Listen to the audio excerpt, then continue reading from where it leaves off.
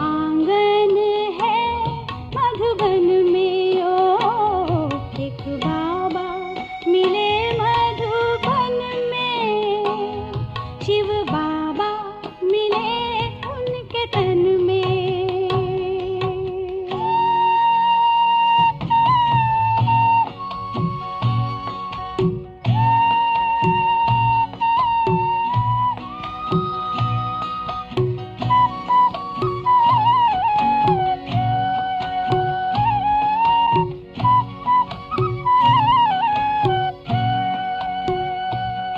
पहुँचे हम मधुबन तो देखा अनोखा चमन,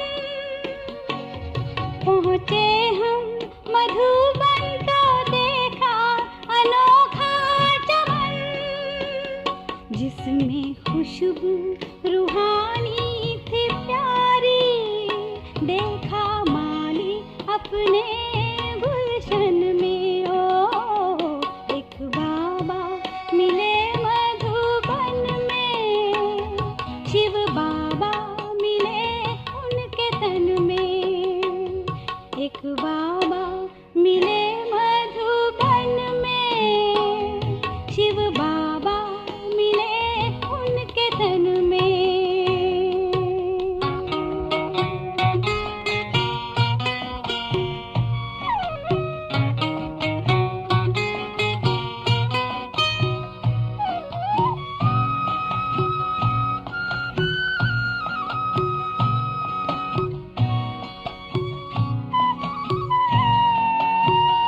उनको देख के फिर याद आई पुरानी हमें, उनको देख के फिर याद आई पुरानी हमें, कल्प पहले वाले हैं ये बाबा, ये तो मिलते हैं हर संगम में, ओ एक बाबा मिले मधुबन में, शिव बाबा मिले उनके तन में, एक बाबा मिले मधुबन में, शिव बाबा मिले उनके तन में।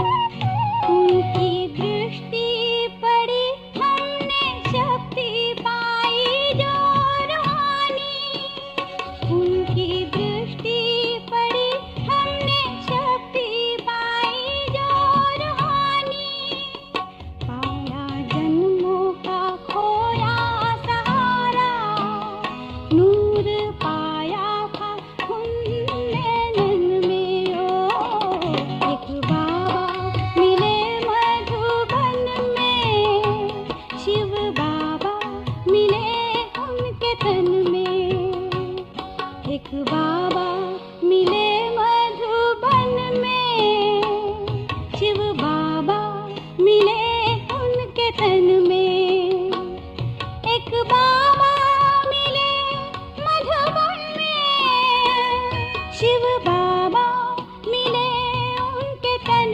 में, दोनों बाबा मिले एक आंगन में, वो आंगन है मधुबन में, ओ एक बाबा मिले मधुबन में, शिव बाबा मिले उनके तन में।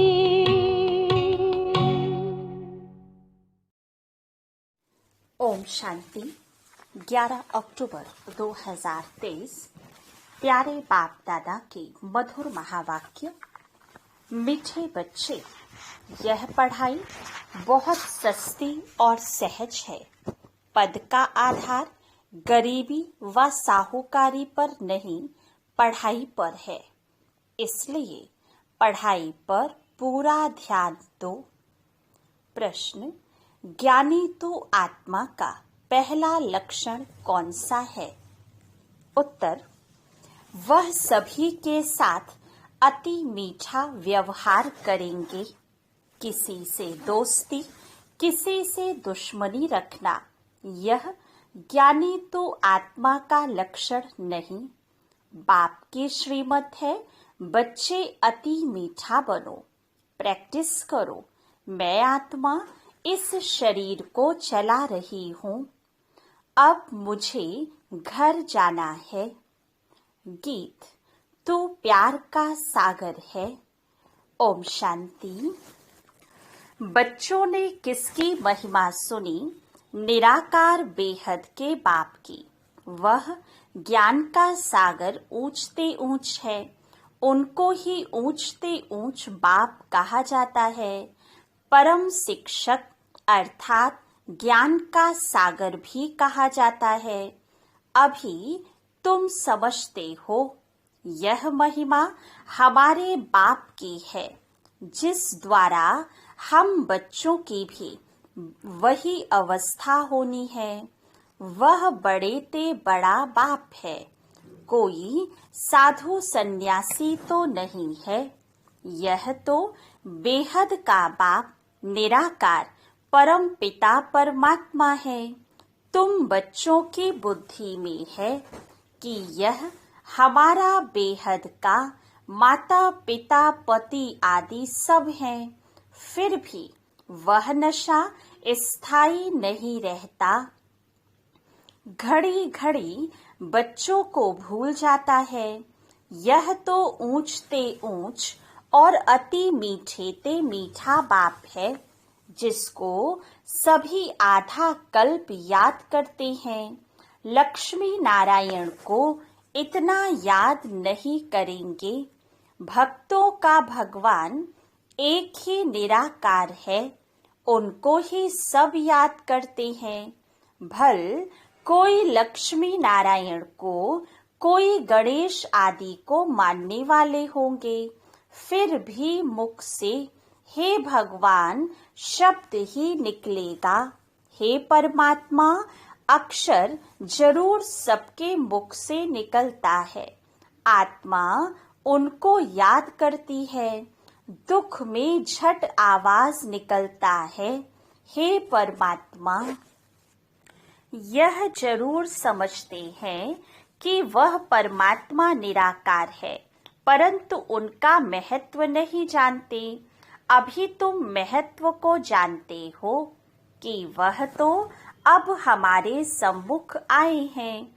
वह है स्वर्ग का रचयिता, हमको सम्मुख पढ़ा रहे हैं।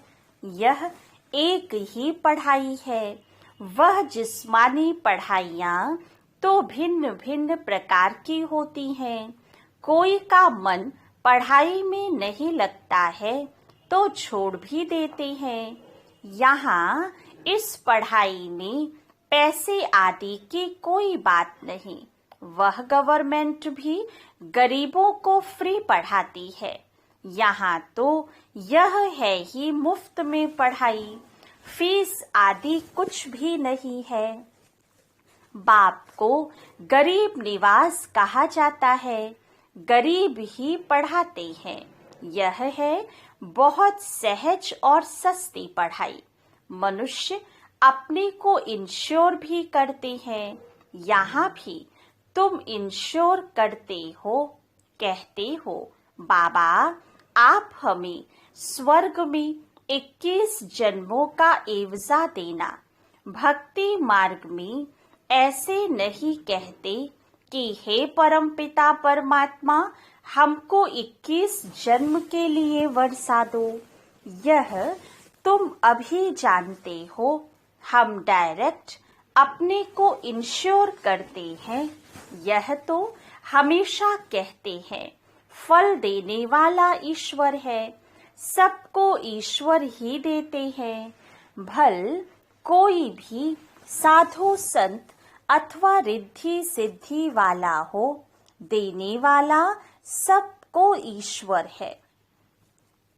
आत्मा कहेगी देने वाला ईश्वर है, दान पुण्य आदि करते हैं, फिर भी उसका फल देने वाला ईश्वर ही है। इस पढ़ाई में कोई खर्चा नहीं है। बाबा ने समझाया है, गरीब का ही इतना इंश्योर होता है। साहूकार लाख करेगा तो उनको लाख मिलेगा। गरीब 1 रुपया करेंगे, साहूकार 5,000 करे तो भी एवजा दोनों को इक्वल मिलना है। गरीबों के लिए बहुत सहज है, कोई फीस नहीं लगती।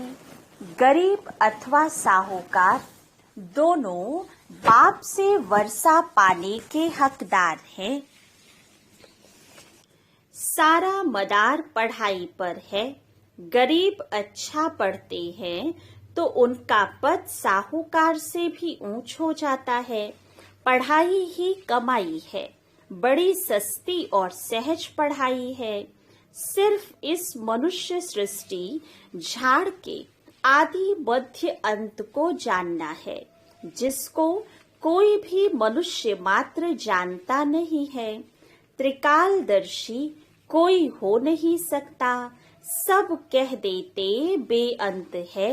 समझते हैं मनुष्य सृष्टि का बीज परमात्मा है, यह उल्टा झाड़ है।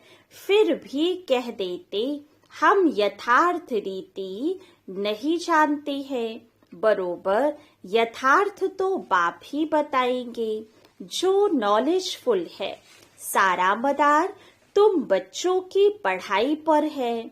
अभी तुम नंबरवार पुरुषार्थ अनुसार जानते हो। तुम मास्टर ज्ञान सागर हो। सब एक जैसे तो नहीं है, कोई बड़ी नदी कोई छोटी नदी है। पढ़ते सब अपने अपने पुरुषार्थ अनुसार हैं। तुम बच्चे जानते हो यह बेहद का बाप है। उनका बनकर उनकी श्रीमत पर चलना है। कोई के लिए कहा जाता है यह बेचारा परवश है।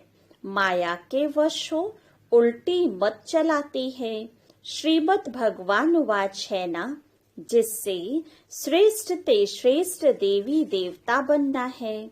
जब पहले निश्चय हो जाए तब फिर शिव बाबा से मिलना है।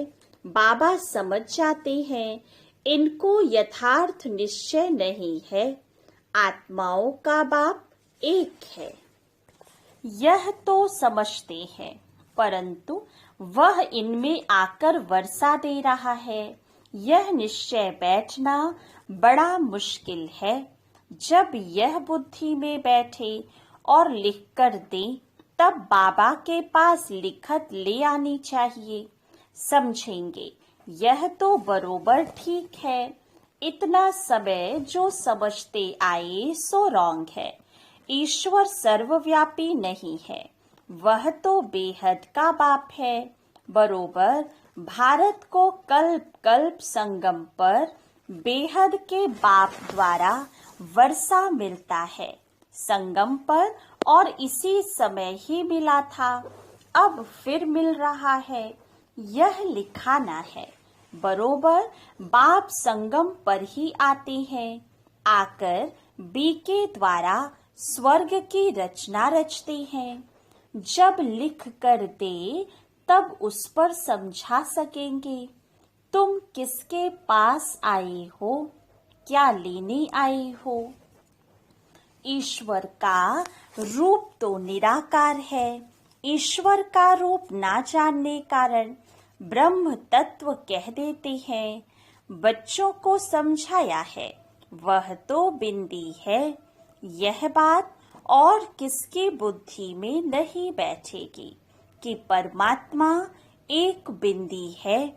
आत्मा के लिए कहते हैं चमकता है सितारा भ्रकुटी के बीच में, वह छोटी सी चीज है। तो विचार करना है पार्टधारी कौन है। इतनी छोटी आत्मा में कितना अविनाशी पार्ट नोधा हुआ है।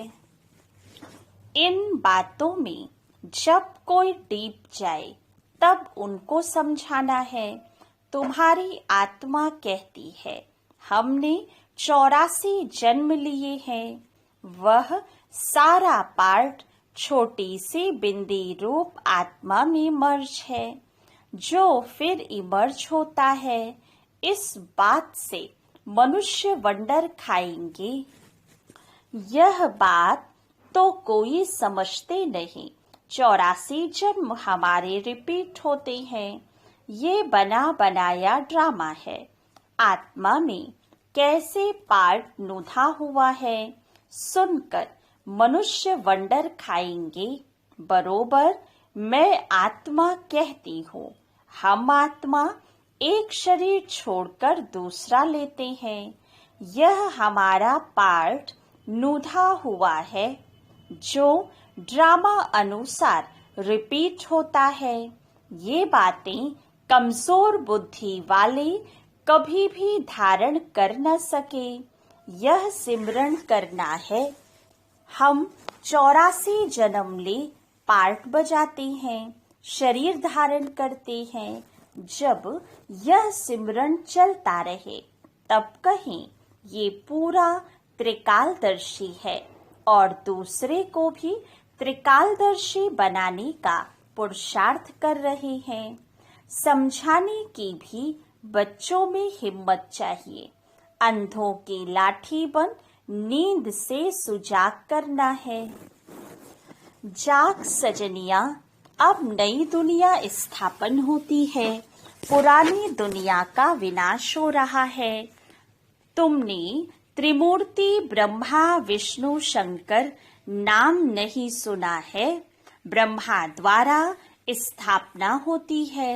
यह सब ब्रह्मा कुमार कुमारियां है ना। अकेले ब्रह्मा तो नहीं करेंगे। प्रजापिता के साथ जरूर ब्रह्मा कुमार कुमारियां होंगे। इनका बाप भी जरूर होगा, जो इनको सिखलाने वाला है। इन ब्रह्मा को तो ज्ञान का सागर नहीं कहेंगे। ब्रह्मा के हाथ में शास्त्र दिखाते हैं, परंतु परम पिता परमात्मा इनमें आकर इन द्वारा सभी वेद शास्त्रों का सार बताते हैं। ब्रह्मा शास्त्रों का सार नहीं सुनाते। वह कहाँ से सीखे? उनका कोई भी बाप व गुरु होगा ना। प्रजापिता तो जरूर मनुष्य होगा और यहाँ ही होगा। वह ठहरा प्रजा को रचने वाला। उनको क्रिएटर, ज्ञान सागर, नॉलेजफुल नहीं कह सकते। ज्ञान सागर परम पिता परमात्मा ही है। वह आकर प्रजापिता ब्रह्मा द्वारा पढ़ाते हैं। इसको ज्ञान का कलश कहा जाता है। ये सारा मदार धारणा पर है।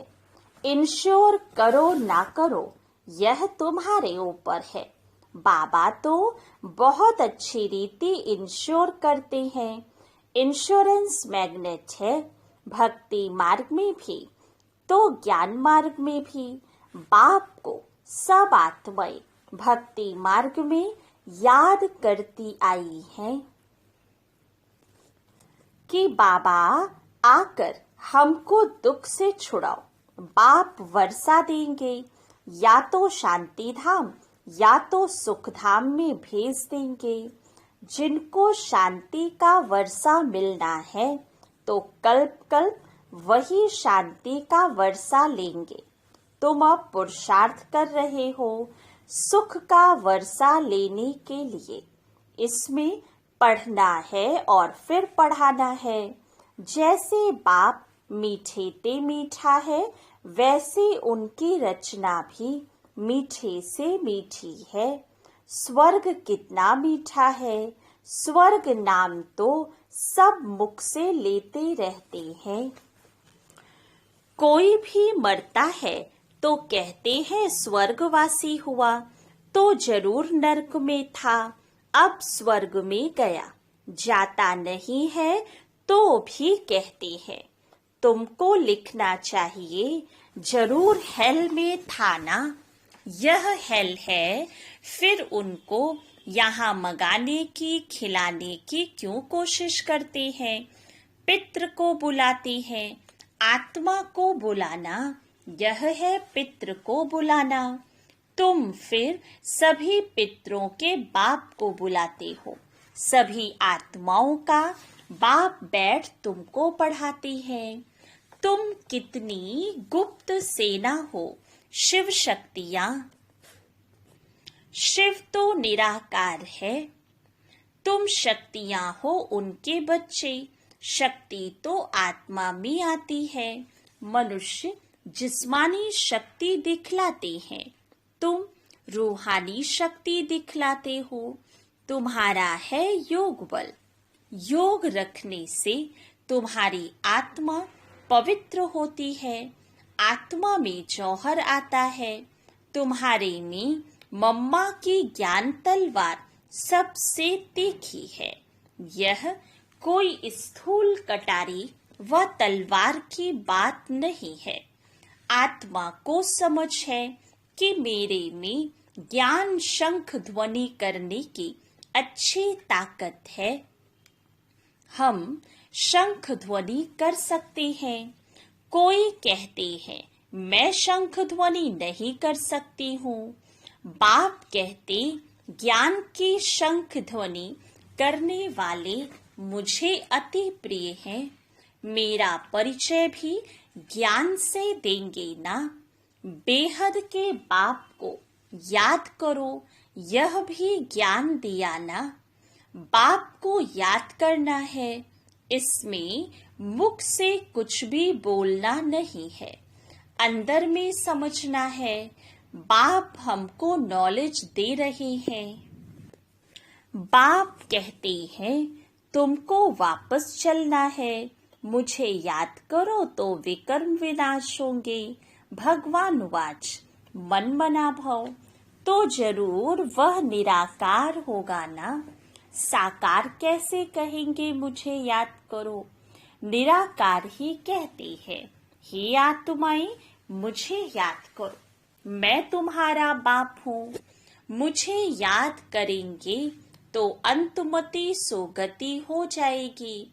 तुम आत्माएं इस शरीर द्वारा कहती हो कि जीव की आत्मा अपने बाप को याद करो। बाप भी आत्माओं को कहते हैं मन मना भव, तुम आत्माओं को हमारे पास ही आना है। देही अभिमानी होना है, अच्छी तरह से प्रैक्टिस करनी है। मैं आत्मा इस शरीर को चलाने वाली हूँ। अब मुझे वापस बाप के पास जाना है। बाप कहते चलते फिरते उठते बैठते मुझे याद करो। जो अशांति फैलाते हैं वह अपना पद भ्रष्ट करते हैं। इसमें तो बहुत बहुत मीठा बनना है। गीत भी है ना, कितना मीठा कितना प्यारा शिव भोला भगवान। तुम भी उनके बच्चे भोले हो। फर्स्ट क्लास रास्ता बताते हो कि बाप को याद करो तो स्वर्ग के मालिक बनोगे। और कोई ऐसे सौदा दे ना सके तो बाप को बहुत याद करना चाहिए, जिनसे इतना सुख मिलता है। उनको ही याद करते हैं पतित पावन आओ। आत्माएं पतित बनी है, उनके साथ शरीर भी पतित बना है। आत्मा और शरीर दोनों पतित बने हैं। वह लोग तो कह देते आत्मा निर्लेप है, पतित बन नहीं सकती, परंतु नहीं, एक परम पिता परमात्मा में ही कभी खाद नहीं पड़ती, बाकी तो सब में खाद पड़नी ही है। हर एक को सतो रजो तमो में आना ही है। यह सब पॉइंट्स धारण कर बहुत मीठा बनना चाहिए। ऐसे नहीं कि कोई से दुश्मनी कोई से दोस्ती। देह अभिमान में आकर यहाँ ही बैठ कोई से सर्विस लेना बिल्कुल रॉन्ग है। अच्छा, मीठे मीठे सिक्के लधे बच्चों प्रति माता पिता बाप दादा का याद प्यार और गुड मॉर्निंग। रूहानी बाप की रूहानी बच्चों को नमस्ते। रूहानी बच्चों की रूहानी बाप दादा को याद प्यार गुड मॉर्निंग और नमस्ते। धारणा के लिए मुख्य सार। फर्स्ट पॉइंट, ज्ञान का सिमरन कर त्रिकालदर्शी बनना और बनाना है। अंधों की लाठी बन उन्हें अज्ञान नींद से सुजाग करना है।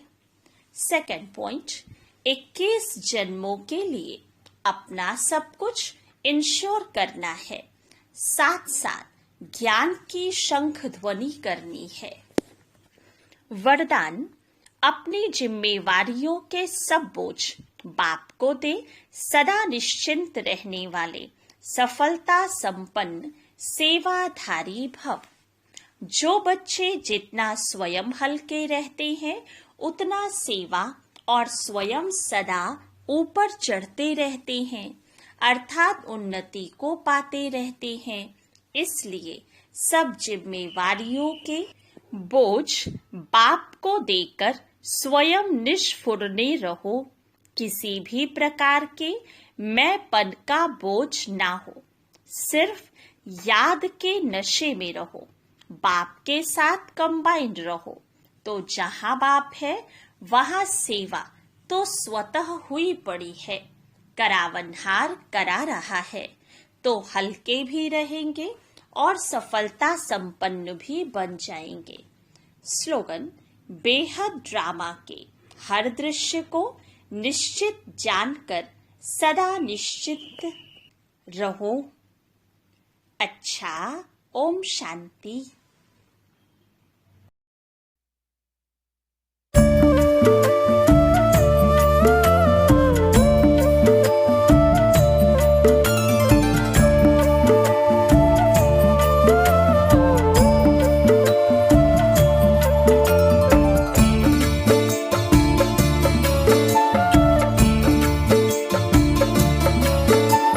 जब से तेरा प्यार मिला दिल रहता है खिला खिला। जब से तेरा प्यार मिला दिल रहता है खिला खिला। ओ बाबा तुमने तो हमको हीरा बना दिया। ओ बाबा तुमने तो हमको हीरा बना दिया। शुक्रिया शुक्रिया शुक्रिया शुक्रिया शुक्रिया शुक्रिया बाबा तेरा शुक्रिया।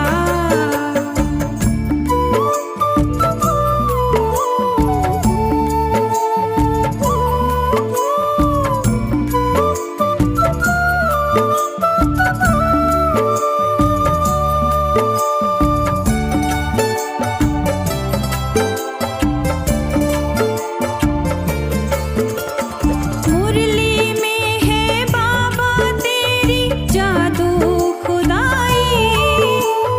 मुरली में है बाबा तेरी जादू खुदाई।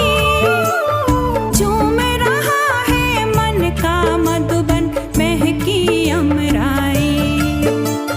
झूम रहा है मन का मधुबन महकी अमराई। ऐसा ज्ञान दिया हमको जो हमसे मिला दिया। ओ बाबा तुमने तो हमको हीरा बना दिया।